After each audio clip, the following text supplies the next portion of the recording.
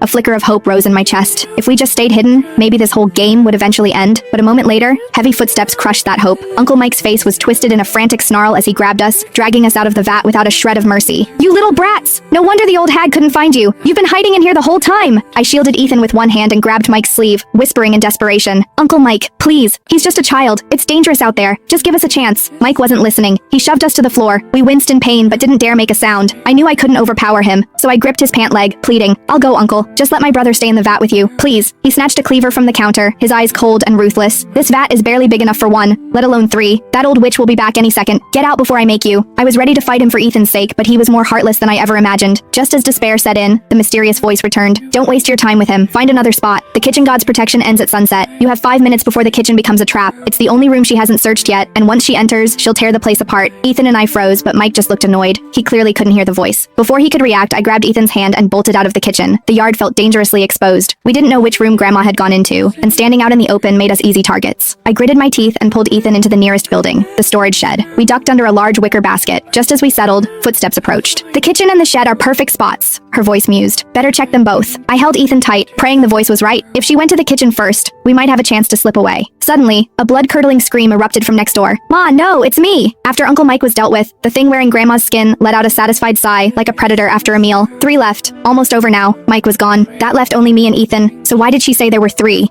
I didn't have time to think. I tossed the basket aside and ran toward the main bedroom, Grandma's room. As soon as we pushed the door open, a large hand clamped over our mouths from behind. "Chloe, Ethan, don't scream. It's me." That familiar voice hit us like a bolt from the blue. Finding my father in the most dangerous moment of my life felt like grabbing a life raft while drowning. Tears instantly blurred my vision, but there was no comfort from Thomas Carter. His face showed only cold calculation and a stern, imposing presence. "We don't have much time, so listen closely," he said, his words coming in a rapid-fire clip. "Every time that thing catches someone in a room, it leaves. It doesn't keep searching. That means if the 3 of us hide in the same room, even if one gets caught, the other 2 will make it out alive." Grandma's words suddenly echoed in my mind. 3 left. She knew he had snuck back. She had already accounted for the extra person. The realization struck me like a physical blow. I know who hurt Grandma. The culprit is right here with us. No matter where we hide, we can't escape. My father gripped my shoulders firmly. "Chloe, I know I haven't been a good father. I haven't been there for you for years, and I only came back to see you both secretly for the holiday. But you have to trust me. I'll protect you. I promise." The panic tightening my chest finally loosened a fraction, and I nodded. He leaned in, his voice low and certain. "I've seen how she hunts. She's old and can't bend down, so she never looks low. You and your brother will be safest under the altar table." By now, Grandma had finished with the storage shed, and her dragging footsteps were heading our way. At my father's signal, I grabbed Ethan and scrambled under the altar. A heavy red cloth hung down to the floor, shielding us completely. The room fell into a suffocating silence, broken only by our thundering hearts and the slow, rhythmic shuffle of the door opening. Then, the mysterious voice let out a soft sigh, each word piercing me like an icy needle. "Your father told you to hide under the table, but he climbed to the top of the wardrobe. He's using you as bait. That thing crawls on the floor."